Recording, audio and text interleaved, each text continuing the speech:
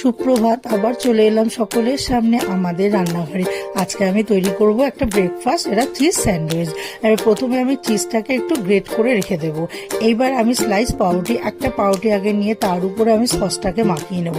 নিয়ে তার উপর আমি গ্রেট করা চিজটাকে দিয়ে এবার পেঁয়াজ, টমেটো আর শসা ডুমো করে কেটেছি ছোট ছোট করে, ওটাকে সাজিয়ে দিয়ে তার উপরে মেয়োনিজ দেবো। দিয়ে নিয়ে তারপরে আমি চিলি ফ্লেক্স আর অরিগানো পাউডার ছড়িয়ে দেবো। দিয়ে তার উপর থেকে আরেকটু মেয়োনিজ দিয়ে এবার আমি আরেকটা স্লাইস পাউরুটি দিয়ে চাপা দিয়ে দেবো। এইভাবে আমি পাউরুটিগুলো সাজিয়ে নেব।